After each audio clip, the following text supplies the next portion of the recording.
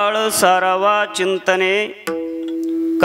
सारावा चिंतने एकांतवासी गंगा स्नाने देवाचे पूजने प्रदक्षिणा तुळशीच्या युक्त आहार विहार नेम इंद्रियासी सार नसावी बासर निद्रा बहुभाषण परमार्थ महाधन जोडी देवाचे चरण भावया जतन हे उपाय लाभाचे युक्त आहार विहार नेम इंद्रियासी सार नसावी बासर निद्रा बहुभाषण देह समर्पिजे देवा भार काहीच न घ्यावा होईल आघवा तुका म्हणे आनंद युक्त आहार विहार नेम इंद्रियासी सार नसावी बासर निद्रा बहुभाषण विठ्ठला विठ्ठला विठ्ठला विठ्ठला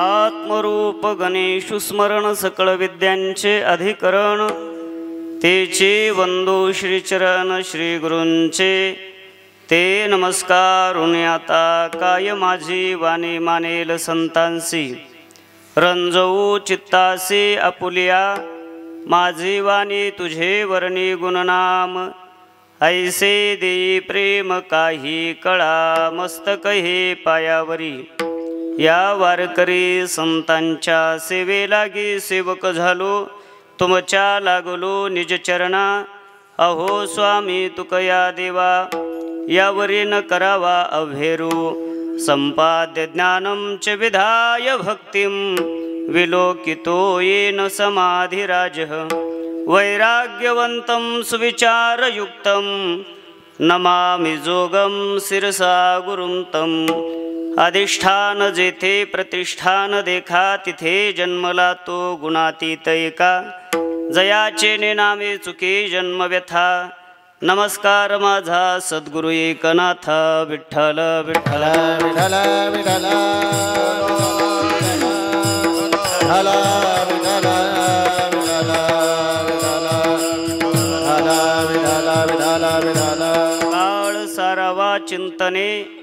काळ सारावा चिंतने एकांतवासी गंगा स्नाने देवाचे पूजने प्रदक्षिणा तुळशीच्या युक्त आहार विहार नेम इंद्रियासी सार नसावी बासर निद्रा बहुभाषण सेवेकरता निवडलेला अभंग हा महान भगवत भक्त विश्ववंद्य अनंत कल्याण मूर्ती विश्वोद्धारक श्री संत श्रेष्ठ जगद्गुरु तुकाराम महाराज यांचा उपदेशपर प्रकरणातील 4 चरणाचा चौकडा रूपाने अभंग असून या अभंगातून श्री जगद्गुरु तुकोबराय अशा साधकाला उपदेश करतात की ज्यांच्या जीवनामध्ये अवघा आनंद प्राप्त करून घेण्याची इच्छाही आहे आणि तशा पद्धतीने त्याचे प्रयत्नही आहेत अशा साधकाला अवघा आनंद प्राप्त करून घेण्यासाठी साधनांचा अर्थात उपायांचा या ठिकाणी जगद्गुरु तुकोबरायांनी केलेला हा उपदेश आहे विठ्ठल विठ्ठल विठ्ठल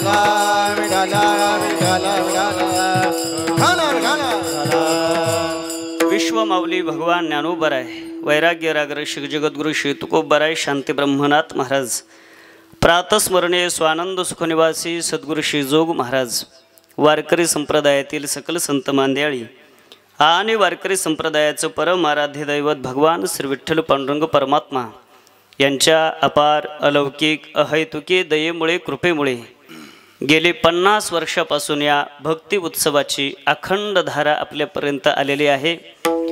आपण फार भाग्यवान आहोत की आपल्याला हा सुवर्ण महोत्सव आपल्या उघड्या डोळ्याने आपल्याला पाहायला मिळतोय।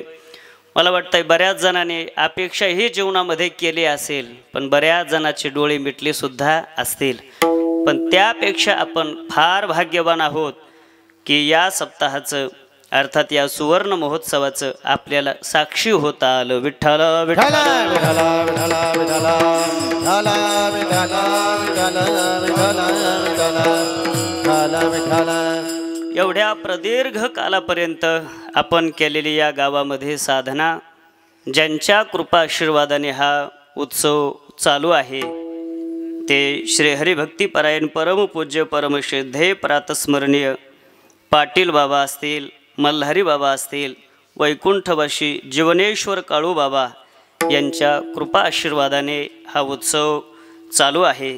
त्याच पद्धतीने या उत्सवाला शुभ प्रेरणा म्हणून ज्यांची लाभलेली आहे असे सर्वच वारकरी संप्रदायातले दिग्गज मंडळी, फार मोठी अधिकारी मंडळी, त्याच्यामध्ये परमपूज्य परमश्रद्धेय आपल्या या नाशिक जिल्ह्याचं वैभव म्हणजे प्रातस्मरणीय गुरुवर्य माधव बाबा इगतपुरीकर घुले बाबा असतील, त्याच पद्धतीने रामभाऊ बाबा आहेत, महंत भीमसिंह बाबा। येत असताना दादांनी सांगितलं की या ठिकाणी गुरुवर्य बाबांनी सुद्धा खूप अशा प्रकारच्या सेवा केल्या। ही सर्व अधिकारी मंडळी, त्याच्यामध्ये वैकुंठवासी हनुमान बाबा असतील, मुरलीधर बाबा असतील आणि त्याच पद्धतीने वेणू बाबा गणोरे, या सर्व महात्म्यांच्या शुभ प्रेरणेने आणि वरील सर्व महात्म्यांच्या कृपा आशीर्वादाने आणि समस्त ग्रामस्थ मंडळ खडकसुकेने, खरं अवघड नाव आहे थोडं आणि येत असताना ज्याला ज्याला विचारलं त्याने सांगितलं पत्ता, पण आमच्याकडून थोडा हुकला।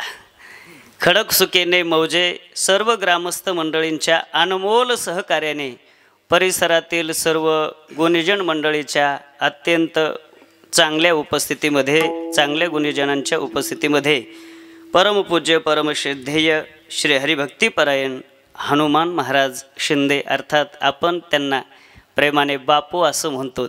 खरं म्हणजे पत्रिकेवरती नाव उल्लेख करत असताना सुद्धा त्यांनी महाराज असा केलेला नाही, किंबहुना आपण टाकला नसेल। एवढ्या जवळचं आवडीचं नाव आपल्या ते म्हणजे बापू।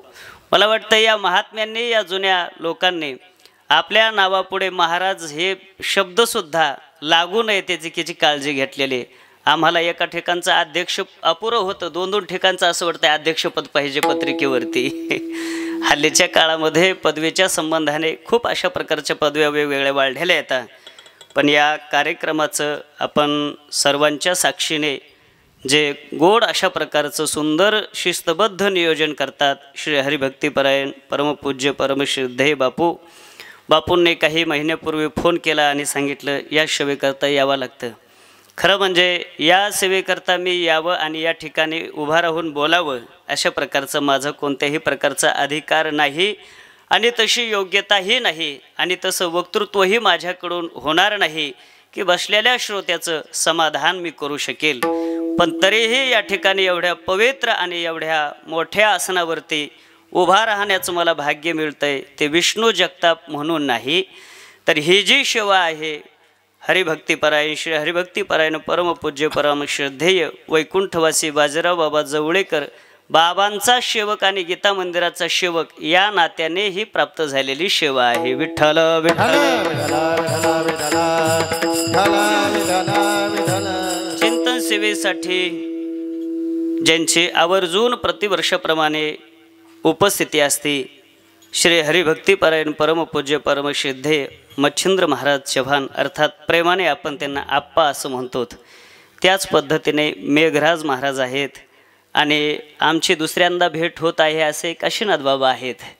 या सर्वांच्या उपस्थितीमध्ये बापूंनी मला तिथेच विचारलं पेटी घेतली तर चालेल का, सुंदर पेटी वाजतात आणि किती सुंदर पेटी वाजतात हे इथं आल्याच्या नंतर विठ्ठल विठ्ठल भजनाला मला कळालं। विठ्ठल विठ्ठल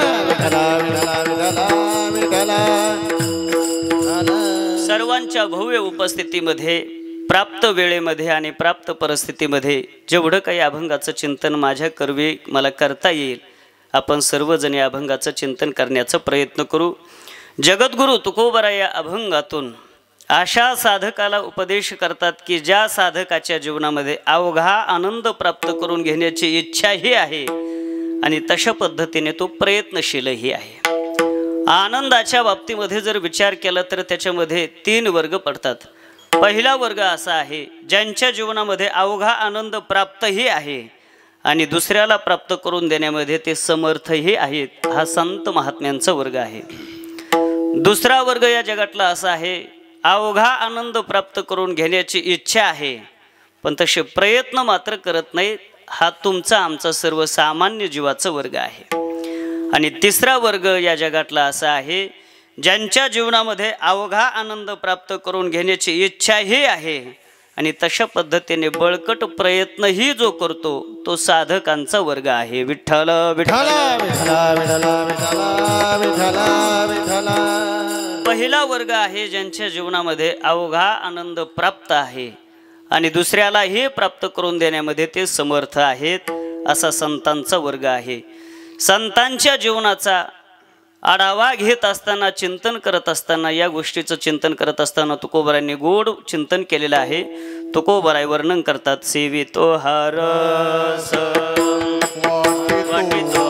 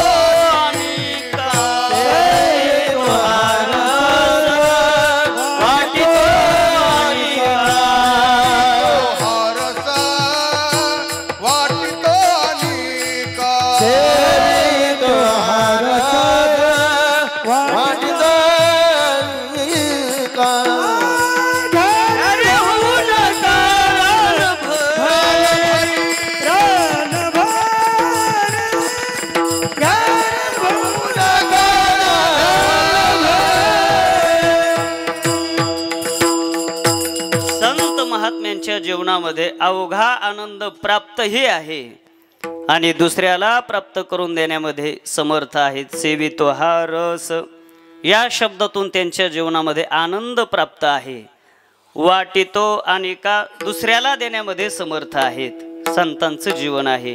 आपण जीवनी जेववी लोका स्वतःही तृप्त व्हायचं आणि इतरांनाही तृप्त करायचं हे संत जीवन आहे. विश्वमाऊली ज्ञानोबरायांनी वर्णन करत असताना सांगितलेले पुरुषार्थ सिद्धी चौथी घेऊनी आपुल्या हाती रिघाला भक्तिपंथी जगादीत. आपुल्या हाती घेतलेली याचा अर्थ असा आहे अवघा आनंद प्राप्त आहे आणि जगाला देतो याचा अर्थ दुसऱ्याला देण्यामध्ये समर्थ येतं. विठ्ठल विठ्ठल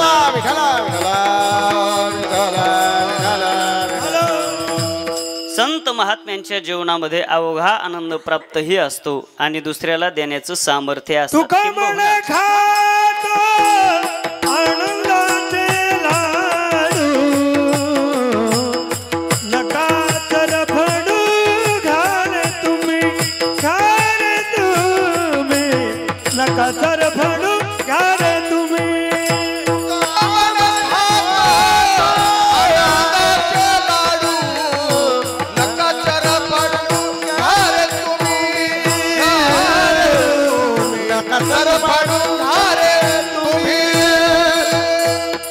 म्हणे खातो आनंदाचे लाडू आनंद प्राप्त आहे आणि घ्या रे चर फोडू नका तुम्ही देण्यामध्ये समर्थ येतं.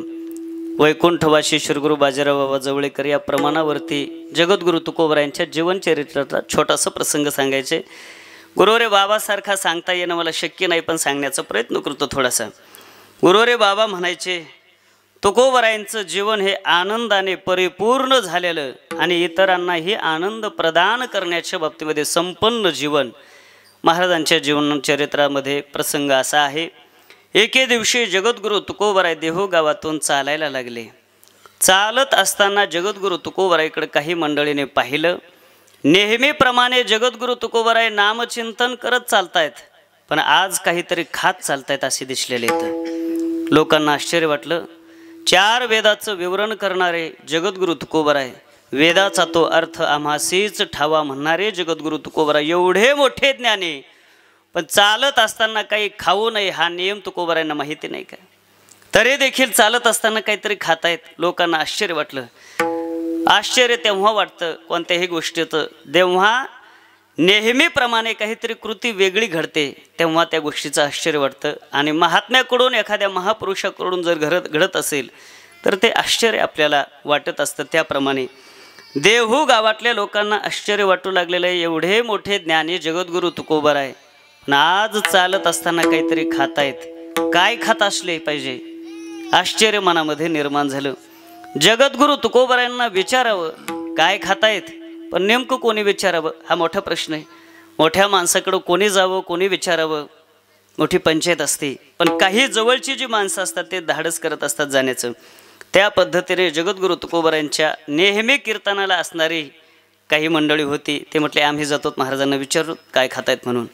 ते मंडळी गेले. महाराजांकडे गेल्याच्या नंतर महाराजांचं दर्शन वगैरे घेतलं आणि सांगितलं, महाराज आज तुम्ही चालत असताना काहीतरी खातायत. म्हटले खातो. काय खातायत नेमकं तुम्ही? तुकोबराय म्हणतात मी लाडू खातो. लाडू म्हटल्याच्या नंतर लोकांना वाटलं नेमकी कशाचे खातात, डाळीचे खातात, गऱ्याचे खातात, बुंदेचे खातात, का हल्लीच्या सुधारित काळामध्ये काजू बदामाचे खातायत. हल्लीच्या काळामध्ये तर लाडूच्या बाबतीमध्ये सगळी सुपत्ता झालेली आहे की अनेक प्रकारची लाडू. एक काळ असा होता आपल्याला खायला मिळत नव्हतं, पण आज प्रत्येकाच्या घरामध्ये काय काय खावात पंचायते, अनेक पदार्थ येतं. एका काळामध्ये अन्न, वस्त्र आणि निवारा याची फार पंचायत होती, पण सध्याच्या काळामध्ये तिन्ही गोष्टीची सुबत्ता झालेली आहे. महाराजांना विचारलं, महाराज तुम्ही काजू बदामाचे लाडू खातायत का? नाही म्हटले. गुरुवरे बाबा या प्रसंगावर बोलत असताना म्हणायचे, काजू बदामाचे लाडू महाराज लोकांना सोडून तुकोबरायकडे कसे जातील?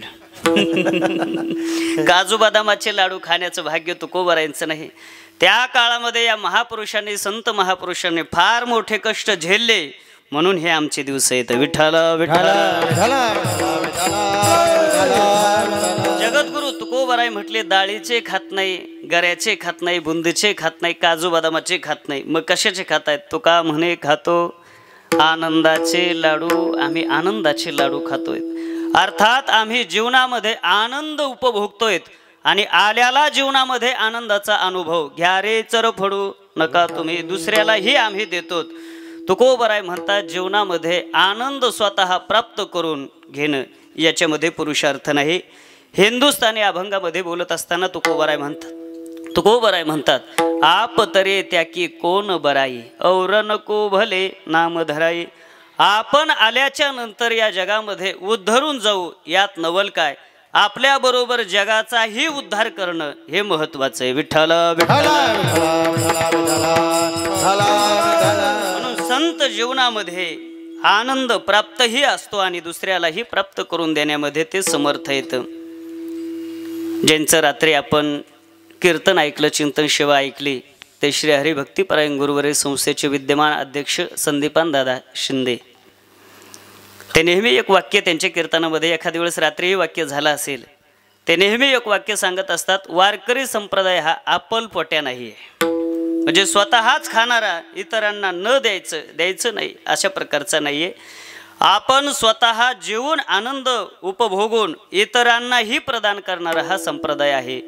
आणि ते प्रमाण सांगत असतात, मी बोलून गेलो ते, आपण जेवणी जेववी लोका, स्वतःही तृप्त व्हायचं आणि इतरांनाही तृप्त करायचं.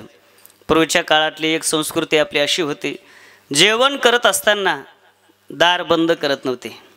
हल्लीच्या बऱ्याच जणाला माहिती नसल्यामुळे दार बंद करून जेवतात काही काही मंडळी. पण घरामध्ये जर वयस्कर माणसं जर असतील, आजी आजोबा हे जर असतील, तर कोणी चुकून जरी जेवणाच्या वेळेला दार बंद केलं, लवकर पाठवतात एखाद्या लेकराला आणि सांगतात दार उघडा. दार बंद करून जेवण्याची आपली परंपरा नाही, उघडं ठेवून दार जेवण करायचं. जेवण करत असताना दार उघडं का ठेवायचं? एखादा भुकेने व्याकुळ झालेला भिकारी येऊ शकतो दारामध्ये, त्याला आपल्याकडून अन्नदान घडू शकतं, आपण पुण्याचे भागी होऊ शकतो. एखादा अतिथी येऊ शकतो, नाही कोणी आलं तर एखादं कुत्रं येऊ शकतं दारावरती. कुत्र्याला 2 तुकडे जरी आपण टाकले तरी ते सुद्धा पुण्य आपल्या पदरामध्ये पडतं. म्हणून पूर्वीचे लोक फार काळजीने जेवण करत असताना दार बंद कधी करायचे नाही, उघडं दार ठेवून जेवण करायचे. याचा अर्थ असा आहे, आपला संप्रदाय, आपली संस्कृती आपलपोटी नाही आहे. विठ्ठल विठ्ठल. संत जीवन आहे हे, त्यांच्या जीवनामध्ये अवघा आनंद प्राप्तही आहे, इतरांना प्राप्त करून देण्याचं सामर्थ्य आहे. हा पहिला वर्ग आहे. दुसरा वर्ग या जगामध्ये असा आहे, अवघा आनंद प्राप्त करून घेण्याची बळकटी इच्छा आहे, प्रयत्न करत नाही. अवघा आनंद पाहिजे, हवा आहे. आपण जेवढे इथे बसलेलो आहोत, आपल्याला प्रत्येकाला जर विचारलं आनंद पाहिजे का, तर नको म्हणणारा व्यक्ती सापडणार नाही. यदा कदाचित देव नको म्हणेल, पण आनंद नको म्हणणारा व्यक्ती सापडणार नाही. शाने सुरते माणसं आनंद नको म्हणणार नाहीत, यात नवल नाही. त्यांना तर हवाच आहे, कळत आहे सगळं. पण लहान लहान लेकराला जरी विचारलं तुम्हाला सुख पाहिजे का दुःख पाहिजे, तर त्यांच्या मुखातून शब्द लगेच बाहेर पडेल सुखाचा. पलीकडे एक बसलेलं बारकं, बाळा तुला सुख पाहिजे का दुःख पाहिजे रे? झोपला नाही ना? सुख पाहिजे का दुःख पाहिजे? ऐकायला कमी येते त्याला. बरोबर, ऐकायला कमी येत आहे का म्हटलं ते हा म्हटलं असं, हे कसं काय कळालं काय माहिती. बाई तुला विचारतो, सुख पाहिजे का दुःख पाहिजे? तुला काय कळते तिला सांगा बरं. सुख म्हणजे कशाबरोबर खातात हे सुद्धा कळत नाही, पण काय म्हणते सुख पाहिजे. याचा अर्थ असा आहे, प्रत्येक जीवाला सुखाचे नाम आनंदाची अपेक्षा आहे. आम्हाला आनंद जीवनामध्ये प्राप्त करावासा वाटतो, पण तत् नियत साधन आम्हाला करू वाटत नाही. चूक इथे घडते. आणि नियम असा आहे शास्त्राचा, साधन केल्याशिवाय साध्याची प्राप्ती होत नाही. दिधल्या वाचुने फळ प्राप्ती कैची, इच्छा कल्पनेची व्यर्थ बापा. केवळ आम्ही आनंद प्राप्तीची इच्छा जीवनामध्ये धारण केली, पण त्याच्यासाठी आम्हाला जेवढी साधना करावी लागते ती जर केली नाही तर आनंद प्राप्त होणार नाही. विठ्ठल विठ्ठल. विश्वमाऊली ज्ञानोबरायने ज्ञानेश्वरीच्या 3ऱ्या अध्यायामध्ये 2 उदाहरण दिलेले त्याच्याकरता. आपण जर साधन केलं नाही तर साध्याची प्राप्ती होणार नाही. ज्ञानोबराय म्हणतात, एका व्यक्तीला नदीच्या पैल तीरावरती जायचं होतं, पण नदीला बराचसा पूर आलेला होता, पाणी आलेलं होतं. पैल तीराला जाता येत नव्हतं पोहून. मग अशा वेळेला पलीकडं जर जायचं असेल, कल्पना करा, किंवा पंढरपूरचं उदाहरण सांगतो तुम्हाला. आपण पुंडलिकरायाजवळ आहोत आणि पुंडलिकरायापासून आपल्याला पैल तीराला जायचं, प्रभू घाटावरती जायचं आहे. मग तिथे जात असताना आपल्याला कशाचा आश्रय घ्यावा लागेल? साधन काय घ्यावं लागेल? होडीचं घ्यावं लागेल, नावेचं घ्यावं लागेल. ज्ञानोबरायने हेच उदाहरण दिले. ज्ञानोबराय म्हणतात, पैल तीर हे त्या व्यक्तीचं साध्य आहे. पैल तीर रूपी साध्यापर्यंत पोहोचायचं जर असेल तर साधन रूपी होडीचा आश्रय घ्यावा लागेल. होडीमध्ये, नावेमध्ये बसावं लागेल. एखादा जर म्हणू लागला मी नावेमध्ये बसणार नाही, तर ज्ञानोबराय म्हणतात तुझं पैल तीर रूपी साध्य तुला प्राप्त होणार नाही. ज्ञानोबरायांची गोड भाषा आहे. सांगे पैल तीरा जावे, ऐसे व्यसन का जेथ पावे. ज्ञानोबराय पुढे म्हणतात, तेथ नावे ते त्यजावे घडे केवी. पैल तीराला जर जायचं असेल तर नावेचा त्याग करून जमणार नाही. नावेचा आश्रय घेऊन नावेमध्ये बसावं लागेल, तेव्हा पैल तीर रूपी साध्य आपलं येईल. सांगण्याचा मुद्दा एवढा आहे, साधन केल्याशिवाय साध्याची प्राप्ती होत नाही. दुसरं उदाहरण अगदी दररोजचं अनुभवाचं उदाहरण आपल्याला ज्ञानोबरायांनी दिलेले. ज्ञानोबराय म्हणतात, एखाद्या व्यक्तीला भूक लागली. भूक लागल्याच्या नंतर त्याला तृप्त व्हायचं जर असेल तर त्याने काय केलं पाहिजे? जेवण केलं पाहिजे. साधं उदाहरण आहे. ज्ञानोबराय म्हणतात, त्याला भूक लागली आणि त्याची भूक शांत जर करायची जर असेल त्याला, तर त्याने जेवण केलं पाहिजे. पण त्या जेवणाचे 2 प्रकार ज्ञानोबरायांनी सांगितलेले आहेत. 2 प्रकार हे सांगितलेत. ज्ञानोबराय म्हणतात, एक तर त्याने स्वयंपाक करून खाल्ला पाहिजे, नाहीतर आयतं आलेलं ताट तरी खाल्लं पाहिजे. ज्ञानोबरायांची भाषा आहे. ना तरी तृप्ती इच्छिजे, तृप्ती पाहिजे आम्हाला. ना तरी तृप्ती इच्छिजे तरी कैशेनी पाकू न कीजे. स्वयंपाक करून खाल्ला पाहिजे की शिद्धूही न शेविजे केवी सांगे. नाहीतर आयतं आलेलं ताट तरी खाल्लं पाहिजे, मग आपलं पोट भरेल, आपली तृप्ती आपल्याला प्राप्त होईल. तृप्ती हे आपल्या जीवनातलं साध्य आहे. आणि ते साध्य प्राप्त करण्याकरता जेवण हे साधन आहे. ते जेवण करत असताना मग एक तर ज्ञानोबा म्हणतात स्वयंपाक करून तरी खा, नाहीतर आयतं आलेलं ताट तरी खा. हे दोन पद्धतीने स्वयंपाक का सांगितला असेल ज्ञानोबारायांनी?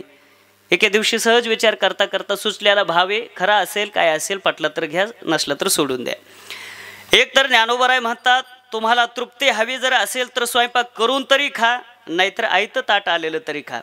हे करून खा आणि आयतं ताट हे दोन स्वयंपाक का सांगितले असतील? मला वाटतंय करून खाण्याचा अट्टहास हा ब्रह्मचार्याकरता सांगितला असेल की तुला काही आता आश्रयच नाही बाबा, तुला करून खाल्ल्याशिवाय भाग नाही, म्हणून तू करून खा तृप्ती पाहिजे असेल तर.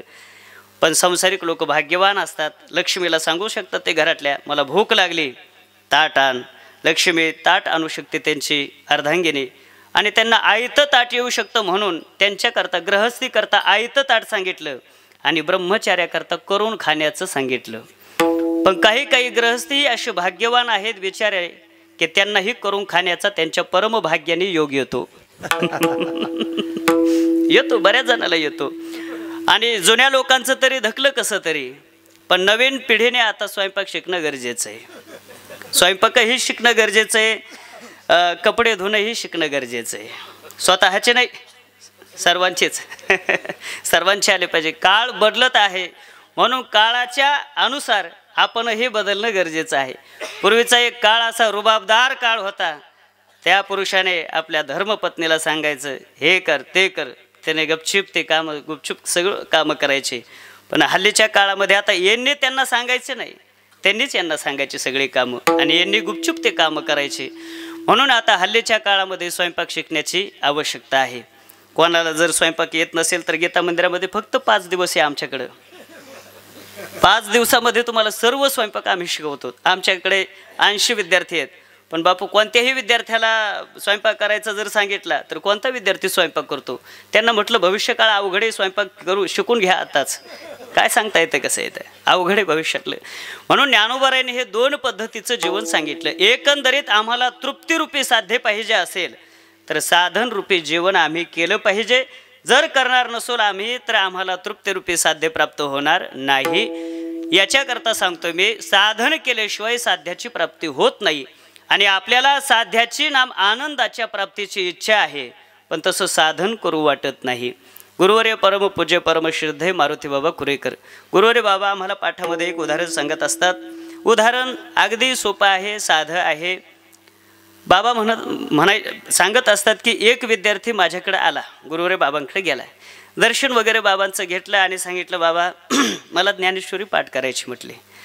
बाबा म्हटले किती भाग्यवान आहेस म्हटले, ज्ञानोबारायांच्या दरबारामध्ये राहून, आळंदीसारख्या क्षेत्रामध्ये राहून ज्ञानेश्वरी पाठ करण्याची इच्छा निर्माण झाली. खूप पूर्वीचं पुण्य आहे तुझं म्हटले, चांगली गोष्ट आहे. ज्ञानेश्वरी हातामध्ये घेतले, ज्ञानोबारायांच्या मंदिरामध्ये गेला, आजान वृक्षाच्या खाली ज्ञानेश्वरी घेऊन मांडी घालून मांडीवरती ज्ञानेश्वरी ठेवली आणि वाचत असताना झोपा काढायचा. बाबा म्हणायचे. मग असे झोपा काढत काढत किती दिवस ज्ञानेश्वरी वाचिली. झोपा काढ्या म्हणजे ज्ञानेश्वरी पाठांतर होईल, होणार नाही. ज्ञानेश्वरी पाठांतर करणं हे साध्य चांगलं आहे, योग्य आहे, कल्याणाचं आहे.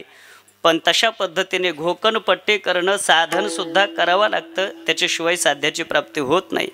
एकदम आम्ही उठलोत आणि पेटीवरती बसलोत असं कधी होत नाही. याच्याकरता अगोदर सारेगम पधनिसा हे साधनाची आम्ही घोकणपट्टी केलेली आहे. मृदंगाचे बोल जेव्हा मृदंगातून निघतात तेव्हा लगेच आपण मृदंगावरती उभा राहिलो आणि त्याच्यातून बोल निघाले असं नाही होत कधी.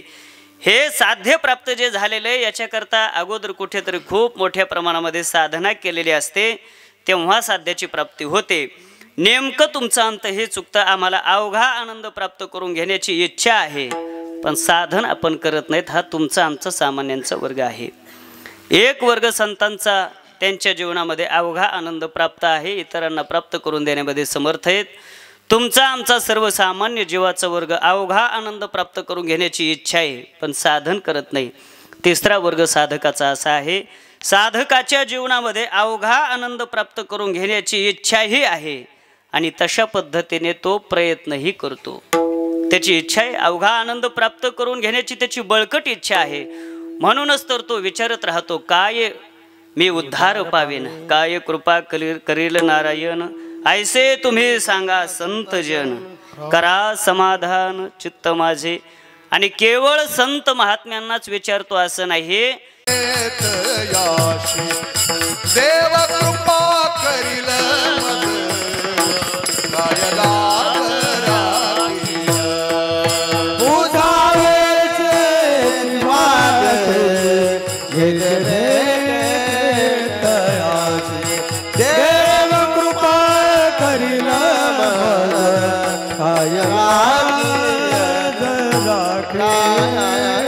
साधकाच्या जीवनामध्ये अवघा आनंद नाम भगवत प्राप्तीची बळकट अशा प्रकारची इच्छा असते आणि त्या इच्छेनुसार जगद्गुरु तुकोबराय म्हणतात, साधकाची भूमिका प्रगट करत असताना महाराजांचे शब्द आहेत, पोसा वेसे हेची वाटे जे जे भेटे तयासी।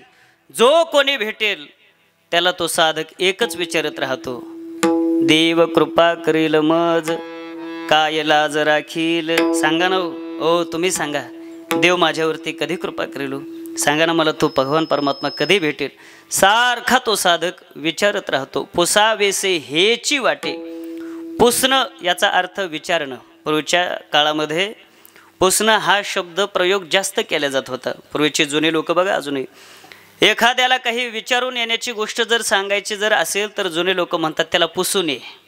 त्याला पुसून ये म्हणजे त्याच्याकडे जायचं आणि त्याला हात पुसून यायचा या अर्थाने नाही, त्याला पुसून ये म्हणजे विचारून ये। त्याला पुसणं याचा अर्थ विचारणं।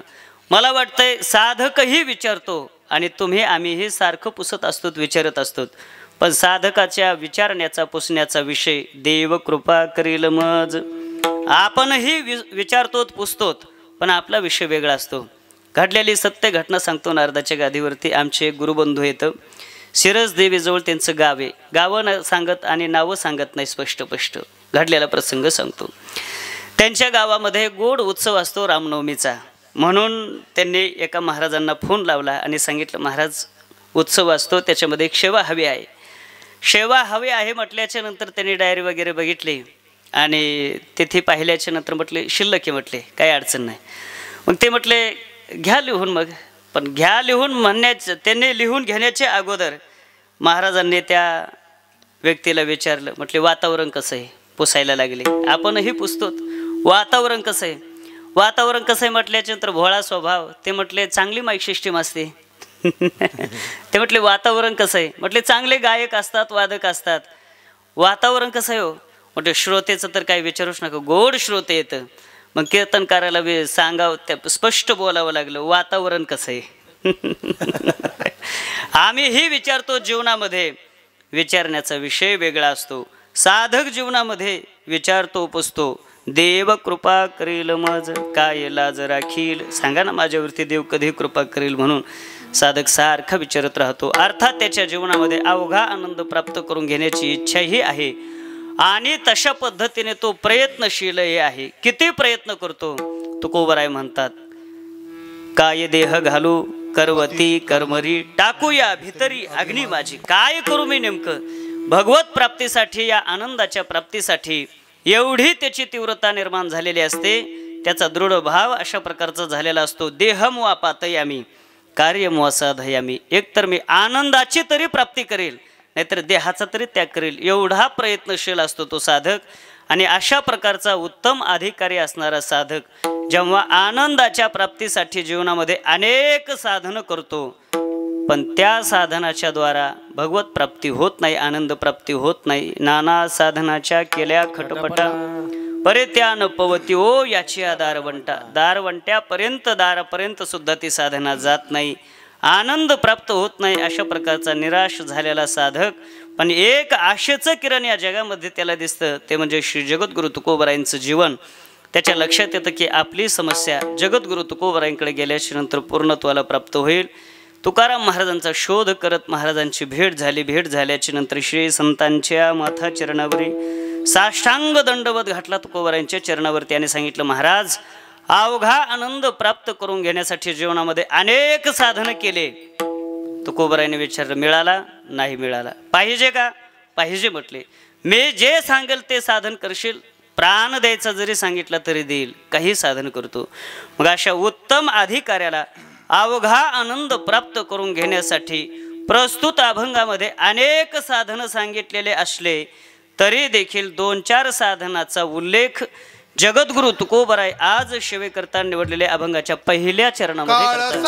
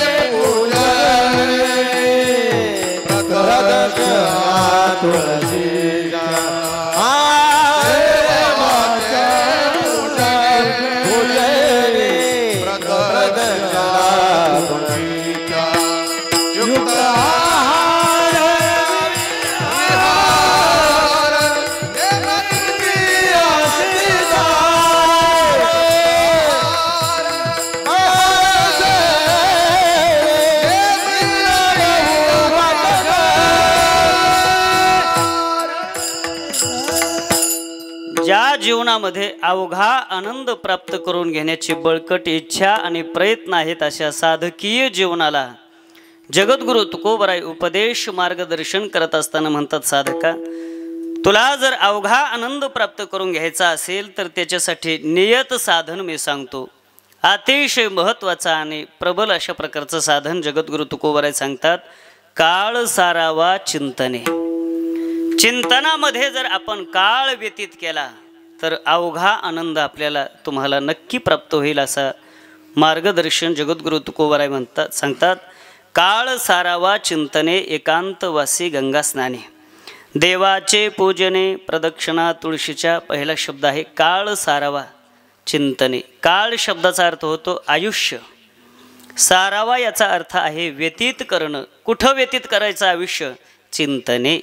चिंतनामध्ये आयुष्य व्यतीत करायचं. केवळ जगद्गुरु तुकोबराय हे सांगतात असं नाही. प्रेममूर्ती नामदेवरायांनी किती गोड वर्णन केलेले आहे. प्रेममूर्ती नामदेवराय वर्णन करतात, तुमचं जे आयुष्य आहे हे नक्की 100% जाणार आहे. मग जाणारं जर आयुष्य असेल, थांबणारं जर नसेल तर तुम्ही नक्की श्रीहरीच्या ध्यानामध्ये राहा असं प्रेममूर्ती नामदेवरायांचं आपल्याला आयुष्य जात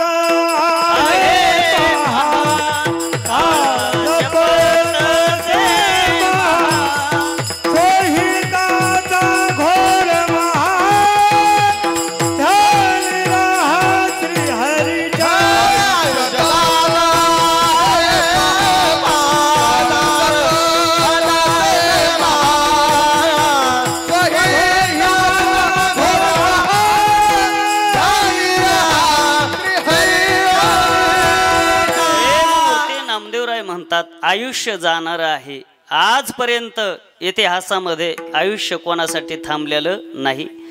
आयुष्याचा एक क्षण देखील कोणासाठी थांबलेला नाही. म्हणून प्रेममूर्ती नामदेवरायांचा आपल्याला सल्ला आहे, मार्गदर्शन आहे. आयुष्य जाणार आहे ना बाबा हो, आयुष्य जात आहे पहा. पहा याचा अर्थ जाणारं आयुष्य त्याच्याकडे केवळ लक्ष ठेवा असं नाही. आयुष्य जात आहे पहा म्हणजे सावध व्हा. काळ जपतसे महा याच्याकरता सोहिताचा घोर वहा ध्यानी राहा. श्रीहरीचं नाम भगवान परमात्म्याचं ध्यान करा, चिंतन करा. तेच तुकोबराय म्हणतात काळ सारावा चिंतने.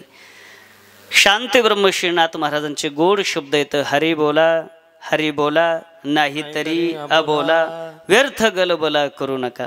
3 टप्पे नाथ महाराजांनी या पहिल्या चरणामध्ये सांगितलेत. बोलायचं असेल तर हरी हरी म्हणा, नाहीतर शांत बसा, मुक राहा, पण बडबड मात्र करू नका.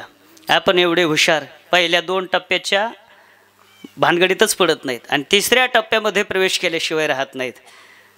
नाथ महाराज म्हणतात बडबड करण्यापेक्षा मुक राहणं, शांत राहणं चांगलं आहे आणि शांत राहण्यापेक्षा सुद्धा हरी हरी म्हणणं चांगलं आहे. विठ्ठल विठ्ठल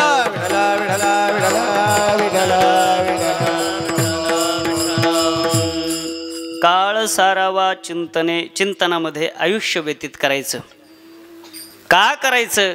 कारण जेवढा काही आपला कालावधी चिंतनामध्ये जाणार आहे, महाराजांचं स्पष्ट म्हणणं आहे, तोच काळ खऱ्या अर्थाने आपल्या जीवनातला सार्थकी काळ आहे. किंबहुना तोच काळ धन्य आहे. चिंतने सरे तो धन्य धन्य धन्य काळ, चिंतने सरे तो धन्य धन्य काळ, चिंतने सरे तो धन्य धन्य काळ, चिंतने सरे तो धन्य धन्य काळ. सकळ मंगल मंगलाचे, सकळ मंगळ मंगळाचे, सकळ मंगळ मंगळाचे, सकळ मंगळ मंगळाचे.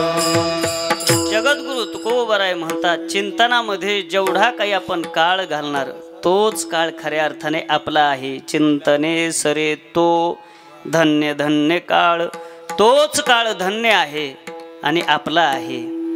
विश्वमाऊली ज्ञानोबरायांचं वर्णन करत असताना असं केलेले, जो जो दिवस उगला तो तो ज्ञानदेवे सफल केला. विश्वमाऊली ज्ञानोबरायांनी जीवनातला प्रत्येक क्षण ना क्षण भगवत चिंतनामध्ये घातला म्हणून चरित्रामध्ये असं वर्णन आहे. जो जो दिवस उगला तो तो ज्ञानदेवे सफल केला. सफल दिवस तोच होतो ज्या दिवसामध्ये आपण नामचिंतन करतो. म्हणून तुकोबरायांनी अतिशय सोपं आणि प्रभावशाली साधन त्या साधकाला अवघा आनंद प्राप्त करून घेण्यासाठी सांगितलेले काळ सारावा चिंतनामध्ये काळ व्यतीत करा. ते चिंतन करत असताना नेमकं कुठे करायचं? तुकोबराय म्हणतात एकांतवासी. पुढचा शब्द आहे काळ सारावा चिंतने एकांतवासी. एकांतवासामध्ये नामचिंतन करायचं. आपल्या पूर्वसुरीने साधू संतांनी साधना करत असताना लोकाला चोरून साधना केलेली आहे. लोकांनी बघू नये आमच्या साधनेकडे याच्याकरता एकांतवास गाठला. जगद्गुरु तुकोबरायांना विचारलं असेल कोणी सद्गृहस्थांनी, महाराज तुम्ही नामचिंतन करत असताना दरी डोंगराचा आश्रय का घेतात? वनांतरामध्ये तुम्ही का जातायत? तुकोबराय त्याला उत्तर देत असताना म्हणतात नामचिंतनाला माझ्या कोणाची दृष्ट लागू नये याच्याकरता मी अरण्याचा रस्ता धरतोय. याजसाठी वनांतरा जातो सांडून या घरादाराचा त्याग करून मी वनांतरामध्ये का जातो? माझे दिठावेल प्रेम बुद्धी होईल निष्काम. माझ्या नामचिंतनाकडे कोणाची दृष्ट लागेल म्हणून मी एकांतवासामध्ये जाऊन नामचिंतन करतो. तुका म्हणे आमा एकांताचा वास, तुका म्हणे आमा एकांताचा वास, ब्रह्मी ब्रह्मरस ब्रह्मी ब्रह्मरस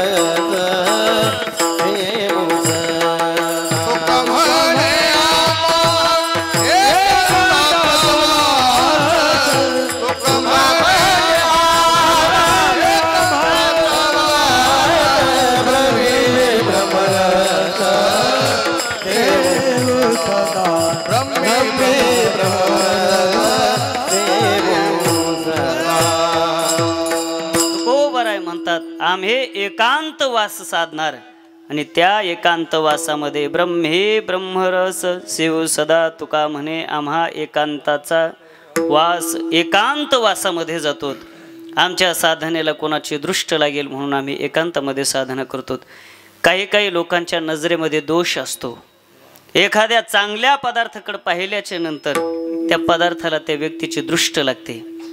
म्हणून काही महात्म्यांचं असं म्हणणं आहे साधारण जेवण करत असताना सुद्धा त्या जेवणावरती लोकांची नजर गेली नाही पाहिजे म्हणून आडोशाला जेवत जा. साधकीय दृष्ट्या जेवण करत असताना जेवणाची सुद्धा फार काळजी घेण्याचं सांगितलेलं आहे. जेवण करत असताना एकांतामध्ये ते जेवायला पाहिजे. याचा अर्थ असा नाही की एकांतामध्ये काही खायचं, तसं काय नाही. पण जेवण करत असताना एकांतवासामध्ये लोकाला न दिसता का खायचं, एखाद्याची न जाणू दृष्टी खराब असते, दृष्ट लागण्याची शक्यता असते. म्हणून आपल्या अन्नाला दृष्ट लागू नये याच्याकरता काही लोक साधक मंडळी फार कटाक्षाने जीवन जगतात. काही या व्यवहारातले लोक असे असतात, आपल्याला माता भगिनींना माहिती आहे, लक्ष्मींना चांगलं लेकरू जर असलं तर त्याला दृष्ट लागते. काहींच्या दृष्टीमध्ये तो दोष असतो.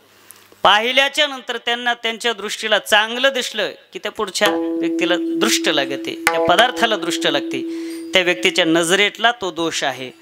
म्हणून माझ्या भक्तिप्रेमाला, माझ्या नामचिंतनाला कोणाची दृष्ट लागू नये. माझे दिठावेल प्रेम, बुद्धी होईल निष्काम, याच्याकरता मी वनांतरामध्ये जाऊन नामचिंतन करतो. आणखी जगद्गुरु तुकोबराय एकांतवासामध्येच आम्ही नामचिंतन का करतो, एकांतवासाचाच आश्रय का घेतो, याचं वर्णन करत असताना एकांतवासाचे फायदे तुकोबराय सांगतात. तुकोबराय म्हणतात एकांतवास याच्याकरता आम्हाला रुचतो कारण त्या एकांतवासामध्ये नाही गुण दोष अंगायत नाही गुण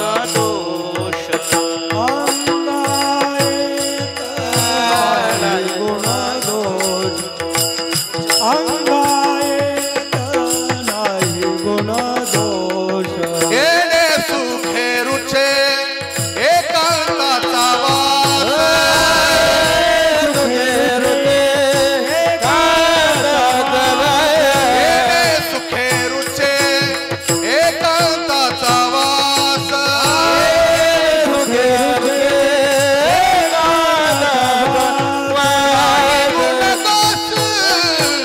अंगायत नाही गुणदोष अंगायत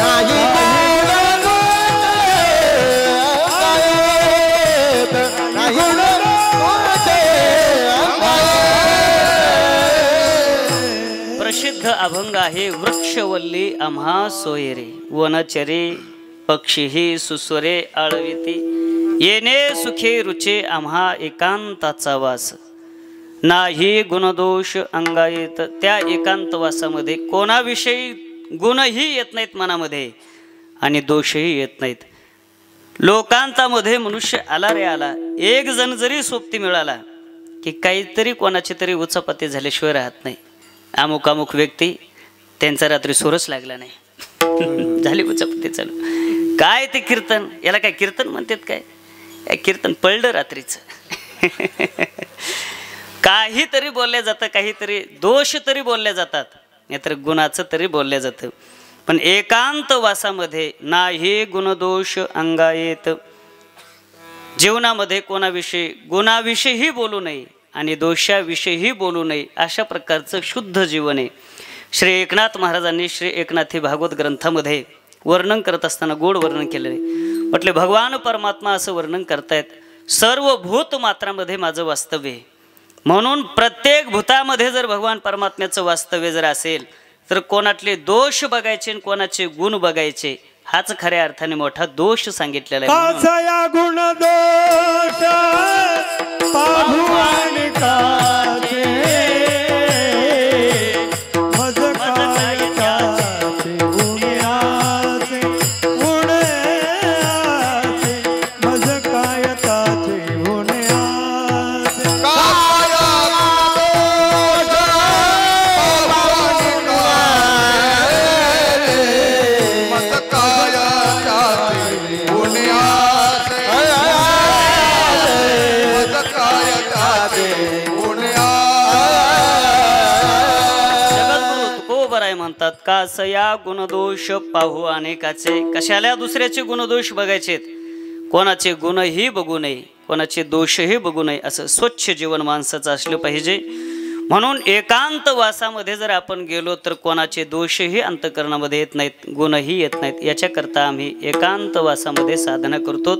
एकांतवासाचे अनेक फायदे आहेत. तुकोबराय म्हणतात, आवडी विठ्ठल गाईजे एकांती, अलभ्य ते येते लाभ घरा. अलभ्य अशा प्रकारचा लाभ जीवनामध्ये प्राप्त करायचं जर असेल तर एकांतवासामध्ये भगवान नामचिंतन केलं पाहिजे. म्हणून साधना करत असताना काळ सारावा चिंतने एकांतवासी. काही माणसं एकांतवासामध्ये जाण्याचा प्रयत्न करतात पण एकांतवास पचत नाही. एकांतवासामध्ये राहण्याकरता सुद्धा परमपूज्य परमश्रद्धेय वैकुंठवासी प्रातस्मरणे गुरुनाम गुरु गुरुनाम गुरु मामासाहेब दांडेकर म्हणायचे. म्हणतात, एकांतवास पचण्याकरता अंगामध्ये वैराग्याचं बळ लागतं. वैराग्य जर अंतःकरणामध्ये जर नसेल तर एकांतवास खायला उडतो. त्यांच्या जीवनचरित्रामध्ये गोड प्रसंग आहे. त्या काळामध्ये प्रातस्मरणे मामासाहेबांचं जीवन म्हणजे ज्ञानेश्वरीला वाहून घेतलेलं जीवन आणि उच्च विद्या विभूषित अशा प्रकारचं जीवन. म्हणून त्या काळामध्ये जेवढा काही सुशिक्षित समाज होता मामांकडे आकर्षित झालेला होता. मामासाहेबांकडे गेल्याच्या नंतर मामासाहेब चांगले ग्रस्त पाहिल्याच्या नंतर त्यांना ज्ञानेश्वरीचं नेहमी चिंतन सांगायचे आणि सांगायचे की ज्ञानेश्वरी तुम्ही वाचत जा. प्रातस्मरणे मामासाहेबांनी ज्ञानेश्वरीचा खूप मोठ्या प्रमाणामध्ये प्रचार केला. त्यांच्या जीवनचरित्रामध्ये एक व्यक्ती असे आले, त्यांचं नाव भाऊसाहेब म्हणतात. ते आल्याच्या नंतर मामासाहेबांनी त्यांना सांगितलं, भाऊसाहेब तुम्ही एवढे कुशाग्र बुद्धीचे आहात, तुम्ही जर ज्ञानेश्वरीचं चिंतन केलं तर तुम्हाला खूप आनंद येईल. पण भाऊसाहेबांनी हे वाक्य ऐकल्याच्या नंतर भाऊसाहेब प्रतिउत्तर म्हणून मामासाहेबांना नेहमी एक उत्तर द्यायचे, मामासाहेब मी नक्की ज्ञानेश्वरीचं चिंतन करेल पण घरातले कधीतरी सर्व बाजूला गेले, कुठेतरी गेल्याच्या नंतर एकांतवासामध्ये घरामध्ये मला वेळ मिळाला ज्ञानेश्वरीचं चिंतन करेल, असं त्या सद्ग्रहस्थाने भाऊसाहेबांनी उत्तर द्यायचं. करता करता अनेक दिवस झाले. अनेक दिवस झाल्याच्या नंतर एके दिवशी भाऊसाहेबांच्या घरातले सगळे कुठेतरी गेले बाहेर, देवदर्शनाला वगैरे कुठेतरी गेले असतील. घरामध्ये एकटे भाऊसाहेब येतं आणि अशा वेळेला मामासाहेबांची स्वारी दारावरून जाऊ लागलेली. मामासाहेबांनी दार उघडं होतं, मध्ये डोकावून बघितलं, शांत वातावरण वाटलं. मामासाहेबांना वाटलं घरातले सगळे गेलेले दिसतात, आता नक्की भाऊसाहेब एकटे असतील घरामध्ये. घरामध्ये प्रवेश केला. प्रवेश केल्याच्या नंतर भाऊसाहेब बसलेले होते. मामासाहेबांच्या लक्षात आलं घरातले सगळे गेलेत म्हणून. मामासाहेबांना वाक्य आठवलं. भाऊसाहेब म्हटले होते, घरातले कधीतरी बाहेर गेल्याच्या नंतर एकांतवासामध्ये मी ज्ञानेश्वरीचं चिंतन करेन. मामासाहेबांनी सांगितलं, भाऊसाहेब तुमच्या परमभाग्याने तुम्हाला हा दिवस उजडला, तुम्हाला हा दिवस क्षण प्राप्त झालेला आहे.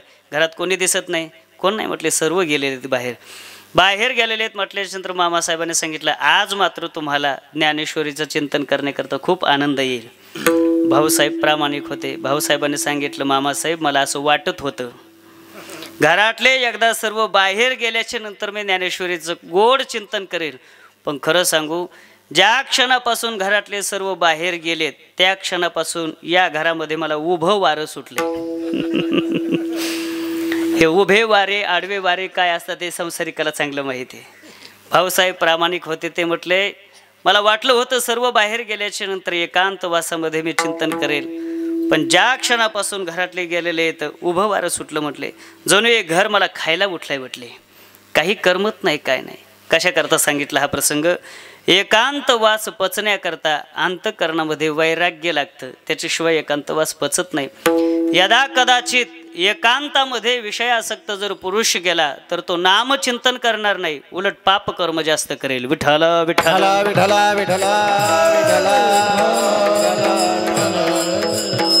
साधक मात्र एकांतवासामध्ये साधना करतो, किंबहुना एकांतवासाची भगवान परमात्म्याकडे प्रार्थना करतो. एकांताचे सुख देई मज देवा, आघात या जीवा चुकवणे, नावडती जीवा अनेक प्रकार, आवडते फार एकांताची.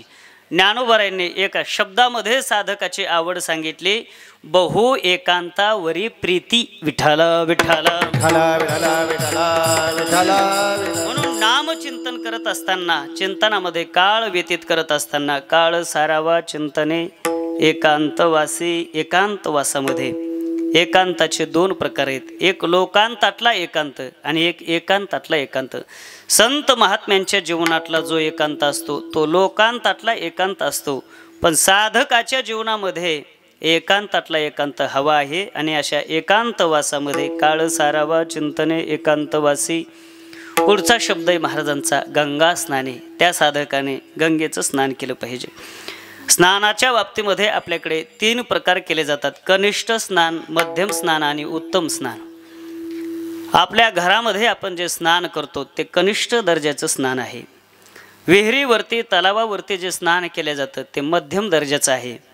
आणि तीर्थामध्ये केलेलं स्नान, चंद्रभागा माता असतील, गोदावरी माता असतील, इंद्रायणी माता असतील, गंगा, यमुना, सरस्वती, हे तीर्थ जे आहेत या तीर्थामध्ये केलेलं स्नान उत्तम दर्जाचं स्नान आहे. पण कोणी म्हणेल आम्हाला दररोज आम्ही एखाद्या वेळेस नामचिंतन करू, एकांतवासामध्येही करू, पण आम्हाला घरी बसल्या कुठे गंगा दररोजची प्राप्त आहे. म्हणून आपल्याला आहे त्या ठिकाणी गंगा स्नानाचं पुण्य प्राप्त व्हावं याच्याकरता आपल्या पूर्वजांनी व्यवस्था केलेली आहे. आपल्या घरामध्ये एक स्नानाचं पात्र आहे बघा. कोणाच्या घरी असेल, कोणाच्या घरी नसेल, तांब्याचं पात्र, त्याला दोन्हीकडून कड्या असतात आणि त्या पात्रामध्ये जर पाणी टाकलं आणि त्या पाण्याने स्नान केलं, गंगा स्नानाचं पुण्य प्राप्त होतं असं म्हणतात. त्या पात्राला काय म्हणतात आपल्याकडे? गंगाळ म्हणतात. बरोबर आहे. खरं त्याचं नाव गंगाजल आहे. पण त्या गंगाजल म्हणण्याच्या भानगडीत आपण पडत नाहीत, त्याला आपण घंगाळ करून टाकलं. बरेचसे शब्द असे अपभ्रष्ट रूपतेचे झालेले आहेत. शुद्ध शब्द ब्राह्मण आहे, पण खेड्यातले लोक ब्राह्मण म्हणण्याच्या भानगडीत पडत नाहीत. सरळ सरळ ब्राह्मण म्हणतात आणि पुढे जातात. गंगाजल ते पात्र आपल्या घरामध्ये आहे. पूर्वजांनी काही काहींनी ते सांभाळलेलं आहे अजूनही. त्या पात्रामध्ये पाणी टाकलं आणि ते आपल्या अंगावरती घेतलं, गंगा स्नानाचं पुण्य प्राप्त होतं अशी कल्पना आहे आपली. गंगा गंगेती यो ब्रूयात योजनानाम शतैरपी. शतयोजन जरी गंगा माता दूर असल्या तरी आपण गंगा मातेचं स्मरण करता करता जर स्नान केलं, गंगा स्नानाचं पुण्य आपल्याला प्राप्त होतं. म्हणून साधकाने क्षेत्रवासामध्ये राहावं, एकांतवासामध्ये नामचिंतन करावं, गंगेचं स्नान करावं. स्नान केल्याच्या नंतर देवाचे पूजेने देवाची पूजा करायची. गोड अशा पद्धतीने देवाची पूजा करायची. ज्ञानोबारायांनी खूप गोड वर्णन एका शब्दामध्ये केलेले. ज्ञानोबाराय म्हणतात, देवाला स्नान घालायचं, वस्त्र अलंकार घालायचे, गंध वगैरे तिलक करायचा आणि फुलं वगैरे ठेवल्याच्या नंतर सुंदर अशा प्रकारचा केलेला शृंगार. नंतर मग देवाला डोळे भरून बघायचं. पूजोनी देव पाहिजे. ज्ञानोबाराय म्हणतात देवाची पूजा करायची अगोदर आणि नंतर डोळे भरून मग ते देवाचं रूप बघायचं. डोळे भरून या पाहिजे तुझे मुख. डोळे भरून ते रूप पाहायचं देवाची पूजेने. आणि देवाचं उरलेलं तांब्यामध्ये पाणी जे आहे ते पाणी घ्यायचं, तुळशी मातेला घालायचं, सूर्यनारायणाला अर्घ्य द्यायचं आणि तुळशी मातेला प्रदक्षिणा, तुळशी मातेच्या प्रदक्षिणा करायच्या. प्रदक्षिणा करत असताना कोणी 3 प्रदक्षिणा करतो, कोणी 5 प्रदक्षिणा करतो, कोणी 7 प्रदक्षिणा करतं. सप्त प्रदक्षिणा जपाची या बाहेरोनी करिता या, ज्याच्या त्याच्या पद्धतीने, ज्याच्या त्याच्या संस्कारानुसार. अशा पद्धतीने सकाळी उठल्याच्या नंतर भगवान परमात्म्याचं एकांतवासामध्ये नामचिंतन करा, गंगामातेचं स्नान करा, देवाची पूजा करा आणि नंतर मग तुळशी मातेला प्रदक्षिणा करा. एवढा प्रदीर्घ काल झाल्याच्या नंतर साहजिकच पोटामध्ये भूक लागण्याची शक्यता आहे. भूक लागल्याच्या नंतर मग त्या साधकाने आहार कसा घ्यावा, किती घ्यावा याची मीमांसा जगद्गुरु तुकोबराय अभंगाच्या 2ऱ्या चरणामध्ये.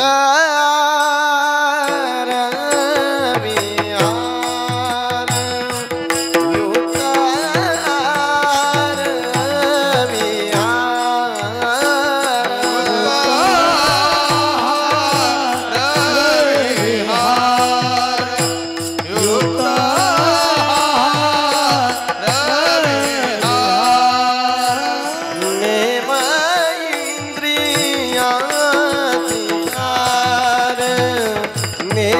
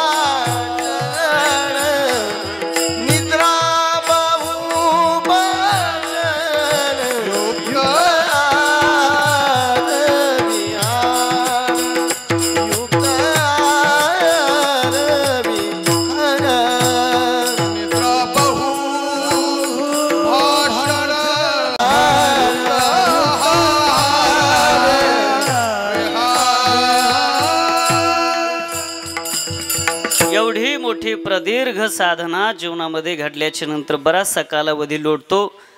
साधकाच्या पोटामध्ये भूक लागते. अशा वेळेला त्या साधकाने किती आहार घ्यावा, कसा घ्यावा, तुकोबराय म्हणतात युक्त आहार. युक्त शब्दाचे दोन अर्थ होतात. युक्त म्हणजे चांगला आणि दुसरा अर्थ होतो युक्त म्हणजे थोडा आहार घ्यावा साधक. भोजन करावे परामित भोजन करावे. परमित भोजन करावे. परमित भोजन करावे. लोलुपता काय निद्रेते दिनावे. लोलुपता काय निद्रेते दिनावे. भोजन करावे परमित भोजन करावे परमित. भोजन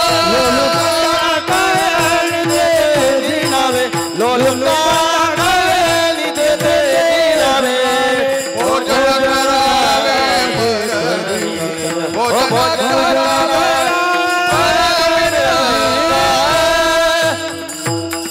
लोलुप्यता काय निद्रेते जिनावे. आपल्याला उत्तरार्ध पाहिजे. भोजन करावे परमित याचा अर्थ थोडं थोडं खाल्लं पाहिजे साधकाने. पण हे साधका करता नियमित.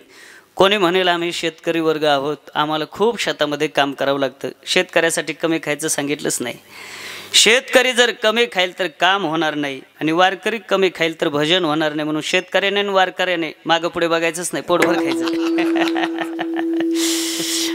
शेतकरी आणि वारकरी यांना पोटभर खायचं सांगितलं. साधकाने मात्र साधना करत असताना आळस येईल, झोप येईल याची काळजी घ्यावी लागते. म्हणून युक्त आहार. आहाराच्या बाबतीमध्ये आपल्या भारतीय आहार चिकित्सेमध्ये फार मोठा विचार मांडलेला आहे. कोणता आहार घ्यावा, कसा घ्यावा आणि किती घ्यावा. कोणता आहार घ्यावा श्रीमद भगवद्गीतेच्या 17व्या अध्यायामध्ये गोड वर्णन आहे. सात्विक आहार, राजस आहार आणि तामस आहार. 3 आहाराचं वर्णन करत असताना घेण्याकरता जो आहार सांगितला, रस्या, स्निग्धा, स्थिरा, हृदया आहारा सात्विक प्रिया. सात्विक आहार घ्यायचा. कशा पद्धतीने घ्यायचा याची ही फार मोठी मीमांसा केलेली आहे.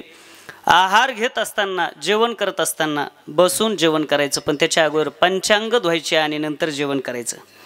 पंचांग धुवायचं याचा अर्थ ब्राह्मणाचं जे पंचांग असतं ते नाही.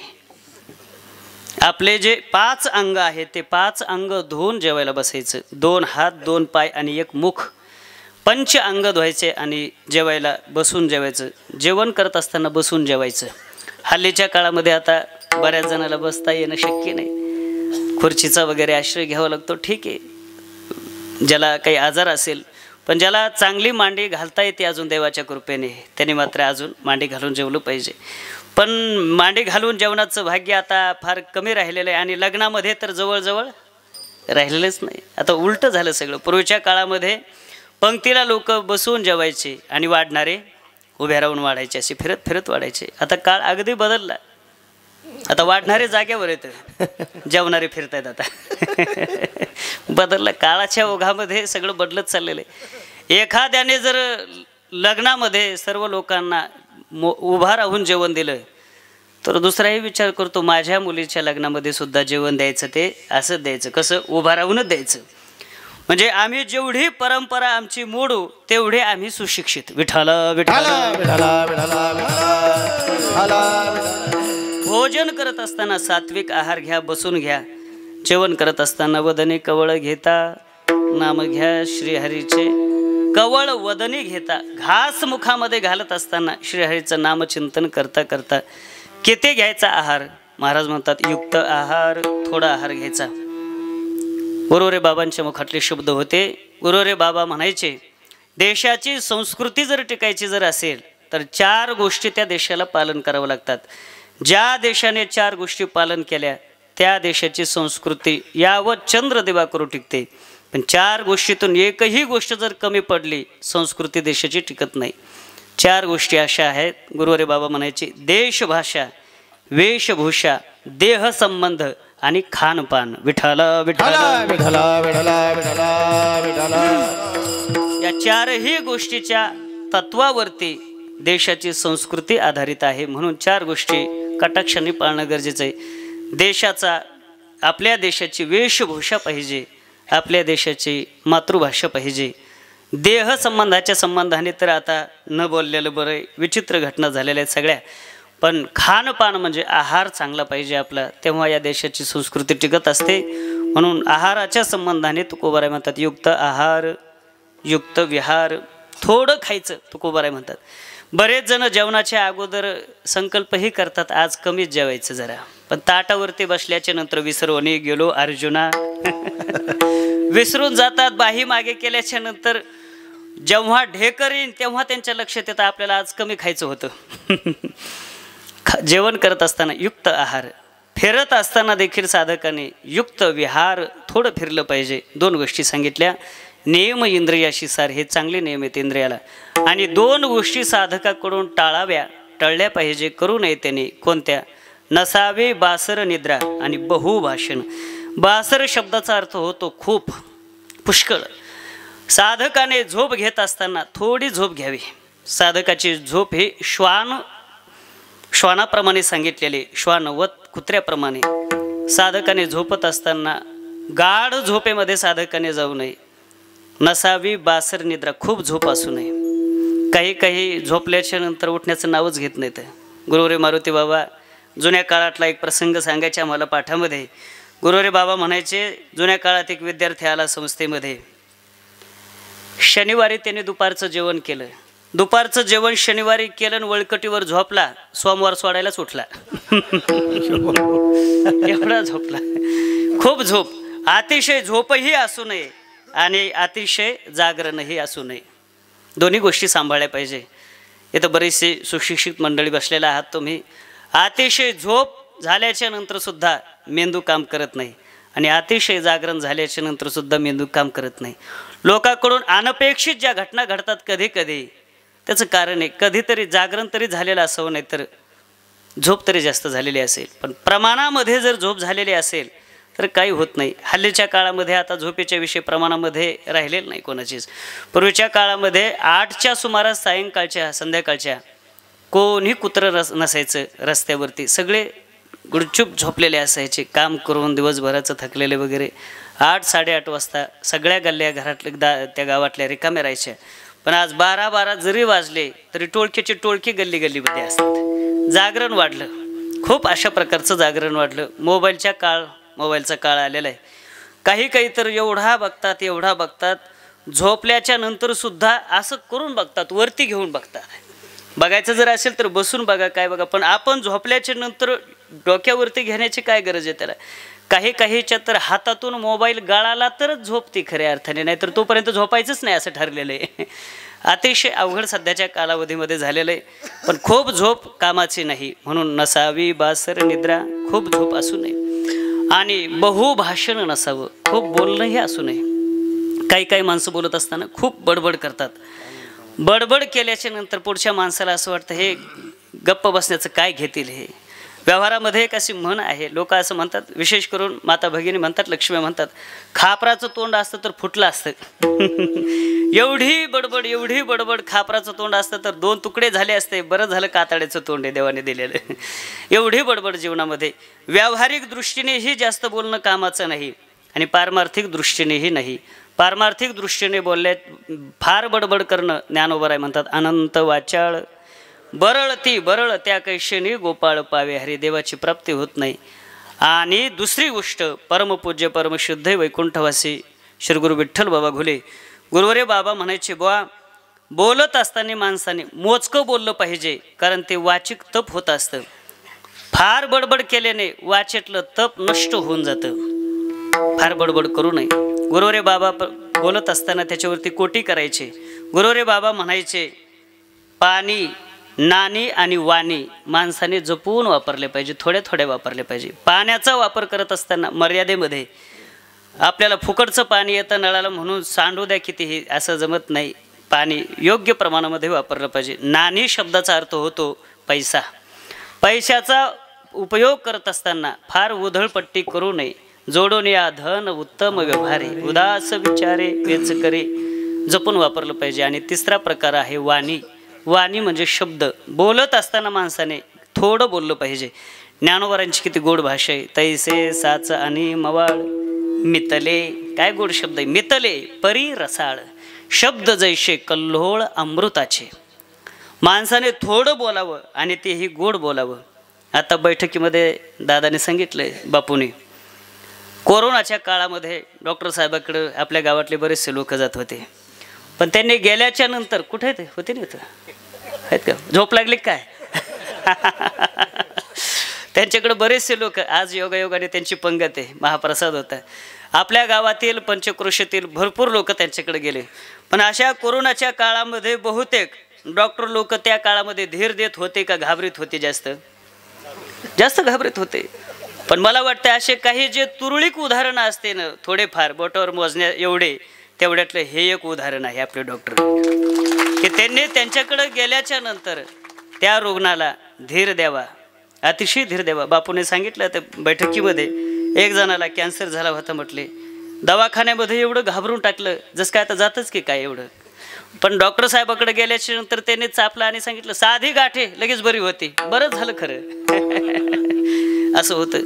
माणसाने चांगलं बोलावं आणि थोडं बोलावं, प्रेमळ बोलावं. बोलण्यातून माणसं जिंकता येतात. म्हणून अजूनही बघा, या मंडळीची जी भाषा असते ती खूप गोड भाषा असते. खरे डॉक्टर तेच येतं, इंजेक्शनाच्या अगोदर रोग बरा करतात, गोळीच्या अगोदर देण्याच्या अगोदर सुद्धा रोग बरा करतात. काही काहींचं वैशिष्ट्य असं असतं, हातामध्ये हात घेतला आणि 2 शब्द रुग्णाला बोलले की त्याला असं वाटतं की आता गोळी घेऊ नये, इंजेक्शन घेऊ नये, असंच पिशवी लावून घरी जावं. आता एवढं बरं होतं लगेच. शब्दाचा प्रयोग, बहुभाषण असू नये, थोडं बोलावं आणि मवाळ बोलावं, प्रेमळ बोलावं. म्हणून तुकोबराय म्हणतात, नसावी बासर निद्रा, बहुभाषण इत्यादी गोष्टी माणसाने, साधकाने पाळल्या पाहिजे. आणि हे सर्व नियम पालन करत असताना काळ सारावा चिंतने या तत्वाला, या धाग्याला विसरायचं नाही. कारण नामचिंतन हे परमार्थातलं फार मोठं अशा प्रकारचं धन आहे आणि त्याच धनाने भगवत प्राप्ती होती. अभंगाचं 3रं चरण. परमार्थ महाधन जोड देवाचे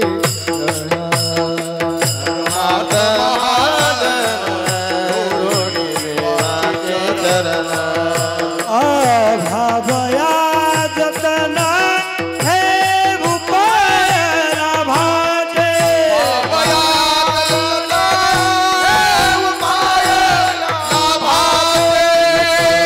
हार विहार हे मयेंद्रियाची सार, नसावी बासर निद्रा बहुभाषण.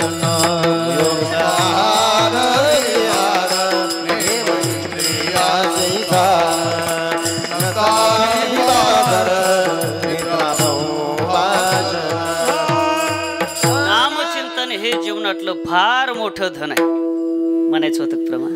तुमच्याकडे बघितलं नाही. जीवनामध्ये सगळ्यात मोठं धन जर कोणतं असेल तर तुकोबराय म्हणतात, काळ सारावा चिंतने हे धन आहे. परमार्थ महाधन, नामचिंतन हे जीवनातलं सर्वात मोठं धन आहे. महाधन, फार मोठं धन आहे. महाशब्दाचा अर्थ होतो मोठं. धन म्हणजे धन. परमार्थातलं महान धन, मोठं धन जर कोणतं असेल तर नामचिंतन आहे. बाकीच्या धनाच्या संबंधाने महाराजांचं काही म्हणणंच नाही. अर्थात बाकीचे जे धन आहेत ते धन म्हणेपर्यंत धनाची नष्टता आपल्याला पाहायला मिळते. पण परमार्थातलं महत्त्वाचं धन म्हणजे परमार्थ महाधन, नामचिंतन हे सर्वात मोठं धन आहे. म्हणून प्रत्येक संतांनी जेवढं महत्त्व नामचिंतनाला दिलेलं आहे तेवढं इतर साधनेला दिलेलं नाही. आमचे आदरणीय वैकुंठवासी श्री गुरु विठ्ठल बाबा घुले गुरुवारी बाबा पाठामध्ये आम्हाला नेहमी म्हणायचे, पोरा हो, काशीला जा, व्याकरण शिका, वेदांत शिका, साहित्य शिका, काय शिकायचं ते शिका, पण शेवटी नामचिंतनच करावं लागतं, नामचिंतनावरती ठेवावं लागतं, हे विसरू नका. आजपर्यंत आपण अनेक फार मोठमोठी थोर महात्मे पाहिलेले आहेत, मंडळी पाहिलेले आहेत. जीवनामध्ये विद्वत्ता प्रचूर महात्मे, पण शेवटच्या काळामध्ये हातामध्ये माळ आहे, नामचिंतने. परमार्थ महाधन, जीवनामध्ये समाधान या नामचिंतनाशिवाय प्राप्त होत नाही. सदा नामघोष करो हरी कथा, तेने सदा चित्ता समाधान. परमार्थ महाधन, जोडी देवाचे चरण, देवाची प्राप्ती करण्याचे जवळचं साधन आहे. व्हावया जतन हे उपाय लाभाचे. संपूर्ण जे साधन आहेत, उपाय आहेत, या उपायांचं जतन नाम आचरण साधकाकडून घडलं पाहिजे. खूप महत्त्वाचे अशा प्रकारचे उपाय आहेत. एवढं मार्गदर्शन केल्याच्या नंतर त्या साधकाने विचारलं, महाराज अवघा आनंद प्राप्त करून घेण्यासाठी आम्हाला तुम्ही एवढं मार्गदर्शन केलं, ठीक आहे, पण नामचिंतन करत असताना मी भले माझ्या कुटुंबाचा विचार नाही केला, पण माझ्या देहाचा तर मला विचार करावा लागेल. ज्या देहामध्ये मला नामचिंतन करायचं त्या देहाचा तर विचार करावा लागेल.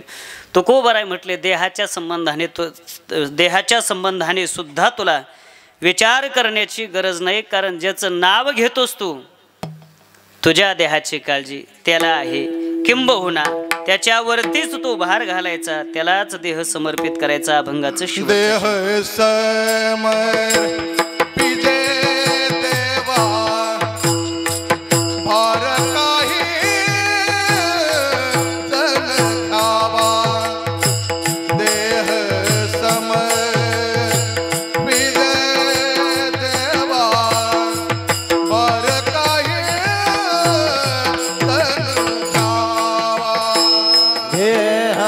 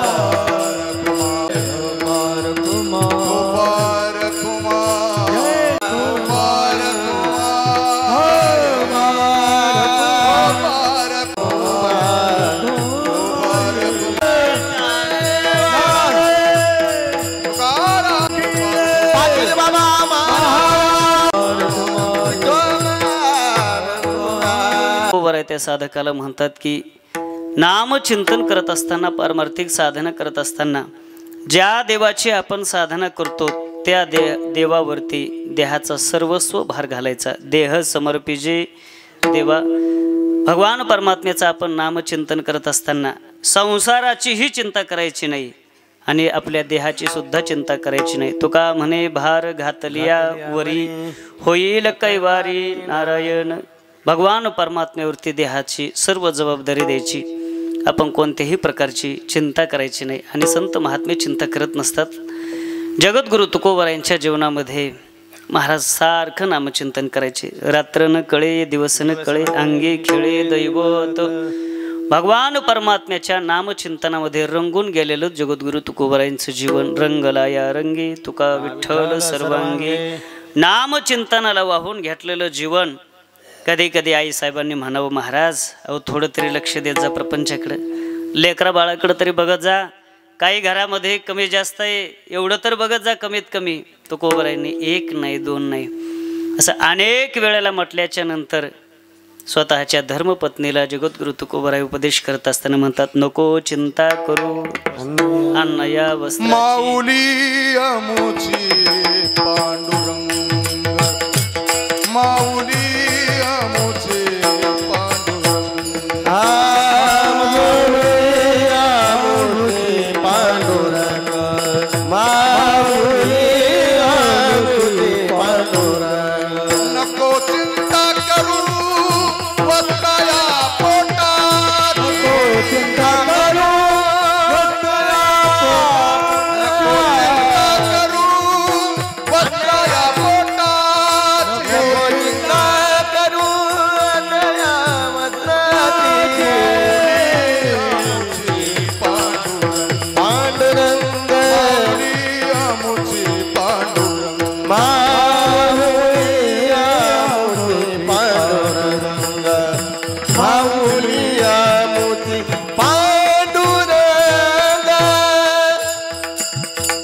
आपल्या धर्मपत्नीला जगद्गुरु तुकोबराय म्हणतात, ज्या देवाचं आम्ही नामचिंतन करतो तो देव समर्थ आहे आपल्या संसाराची चिंता वाहण्याकरता.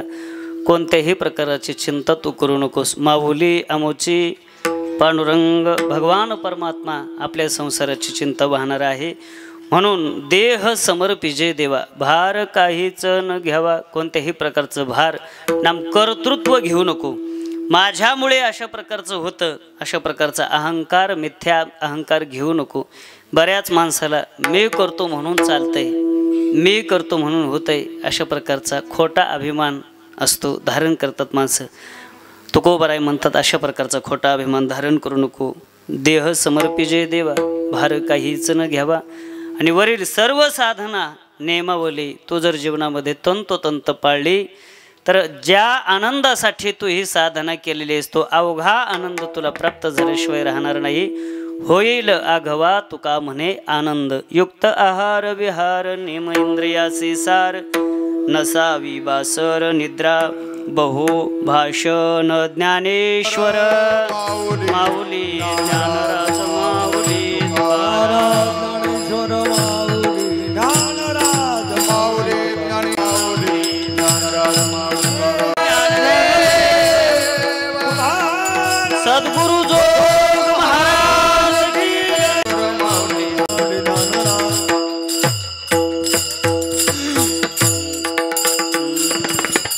चे पूजने प्रदक्षिणा तुळशीच्या. युक्त आहार विहार नेम इंद्रियासी सार, नसावी बासर निद्रा बहुभाषण. चालत असलेला या ठिकाणी खडकसुकेने या पवित्र आणि परंपरेच्या या गावामध्ये प्राप्त झालेला आपल्या परमभाग्याने परम कल्याणाने सुवर्ण महोत्सव आपल्या सर्वांच्या साक्षीने संपन्न होत असताना आपण सर्वजण खरोखर भाग्यवान आहोत. मी सुरुवातीलाही 2 शब्द बोललो, तेच 2 शब्द फार विस्तार न करता तेवढेच शब्द परत बोलतो. आपल्या उघड्या डोळ्याने आपल्याला या सुवर्ण महोत्सवाचं साक्षी होता येत आहे. याच्यासारखं आपल्या जीवनातील कोणत्याही प्रकारचं दुसरं भाग्य नक्की नाही आहे. जीवनामध्ये आपल्याला काय मिळेल, किती मिळेल, कधी मिळेल तो एक स्वतंत्र प्रारब्धाचा भाग असतो. पण आपल्या परम पुण्याने परम सुकृताने आपल्याला या देहामध्ये येऊन या सुवर्ण महोत्सवाचं साक्षी होता येते. साधना घडत आहे आपल्याकडून. ही साधना भगवान करू आपल्याकडून अशाच पद्धतीने उत्तरही करून घ्यावी एवढीच एक खडकसुकीने ग्रामस्थ मंडळींना एक शुभेच्छा देतो. खरं म्हणजे आपण फार मोठे अधिकारी मंडळी आहात. बसलेले अधिकारी आहेत, उभा राहिलेले अधिकारी आहेत. फक्त इथे जो उभा आहे माईकच्या समोर तेवढाच अनधिकारी आहे. खरं म्हणजे या ठिकाणी बापूंचा माझा फार परिचय आहे असंही काही नाही. त्यांची माझी प्रत्यक्ष समोरासमोर आजच भेट झालेली आहे. आता मी लहान असल्यामुळे ते मला ओळखत नसतील, पण मी त्यांना खूप दिवसापासून ओळखतो. त्यांचा मृदंग मी खूप दिवस ऐकला. परमपूज्य परमश्रद्धेय वैकुंठवासी श्री गुरु वैद्य बाबांचा हात म्हणजेच प्रतिहात बापूंचा आहे. आत्ताच्या काळामध्ये गुरुवारे बाबांकडं त्यांनी जवळ राहून अशा प्रकारचं सर्व शिक्षण वगैरे घेतलेलं आहे. आणि वारकरी संप्रदायामध्ये जे जुने गुणीजन मंडळी होते, कोणत्याही प्रकारचा अभिनिवेश नाही, अहंकार अंतकरणामध्ये नाही, कलेचा नाही, विद्वत्तेचा नाही, अधिकाराचा नाही, कोणत्याही पद्धतीने अभिनिवेश या मंडळीने बाळगला नाही, बाळगत नाहीत आणि भविष्यामध्ये बाळगणार नाहीत. अशा प्रकारचं परमार्थाला अनुकूल आणि स्वच्छ भगवान परमात्म्याला आवडेल अशा प्रकारचं जीवन या मंडळीने ठेवलं नाही. तर गुणीजन म्हटल्याच्या नंतर अनेक वाटा असतात, पण यांनी आपली वाट कधीच फुटू दिली नाही. पारमार्थिक साधनेला वाहून घेतलेलं हे जीवन. जेवढे काही गुणीजन येतं जुनी मंडळी, तर त्यांनी केवळ कलेबरोबरच आपलं जीवन ठेवलं नाही, तर कला ही आपली जीवनाची फार मोठी साधना आहे. भगवत प्राप्तीपर्यंत नेणारी ती साधना आहे. अशा कलेकडं बघून, त्या साधनेकडं बघून ती साधना जीवनामध्ये केली अशी थोरथोर मंडळी. त्याच्यामध्ये आदरणीय परमपूज्य परमश्रद्धेय हनुमान बापू अर्थात महाराजांच्या परमपावन उपस्थितीमध्ये आणि त्यांच्या आज्ञेने खऱ्या अर्थाने मी या ठिकाणी उभा आहे. नाहीतर आपल्या सर्वांसमोर मी उभा राहावं आणि काहीतरी बडबड करावी 2 शब्दाची सुद्धा अशा प्रकारचा माझा तर अधिकार नाहीच.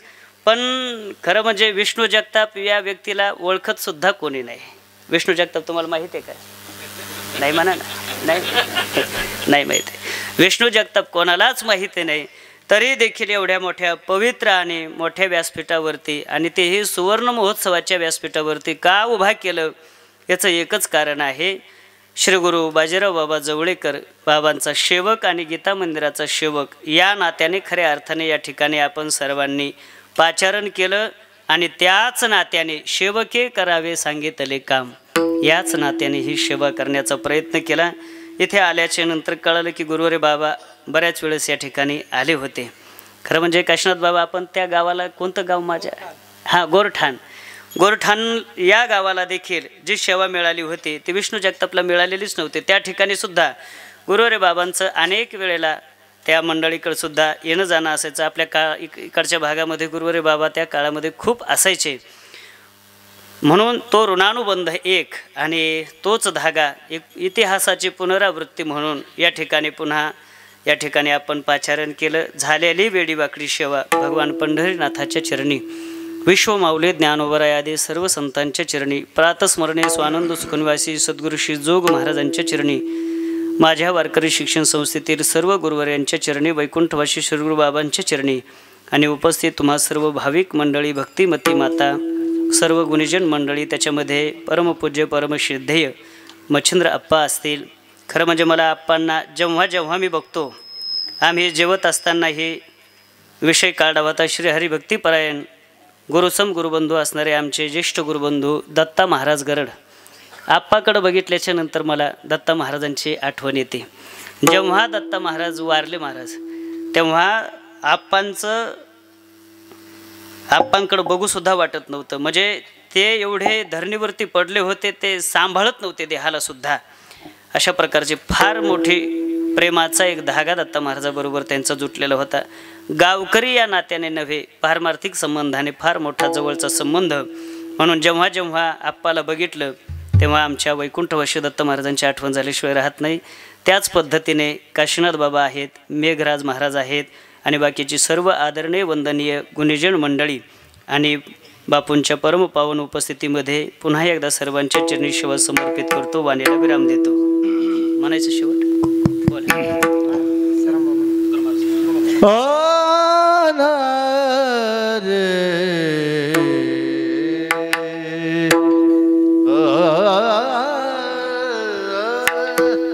देह समर्पित देवा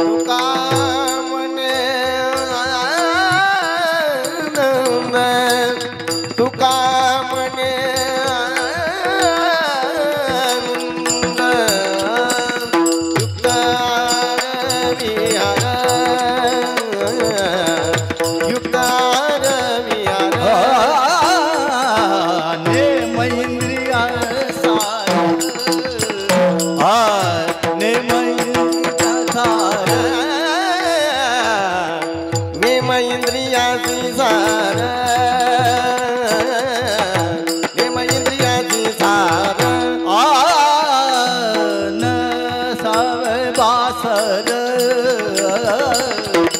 नसावे बासर नसामी बासर नसामी बासर निद्रा बहुभाषण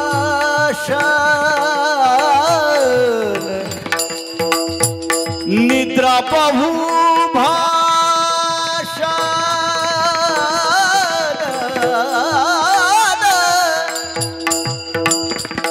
निद्रा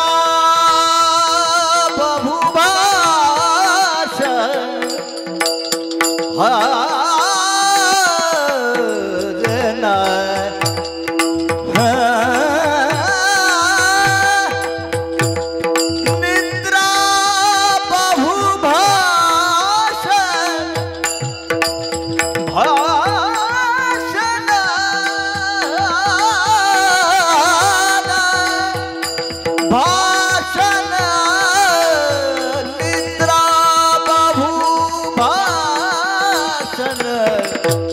निद्रा बहुभाषण निद्रा बहुभाषण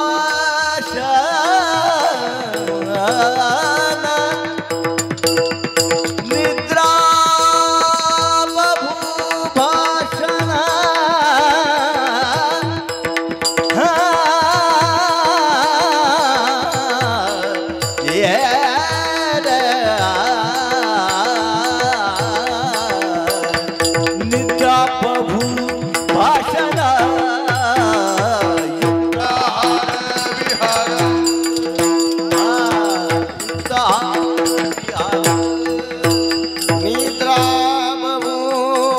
बहुभाषण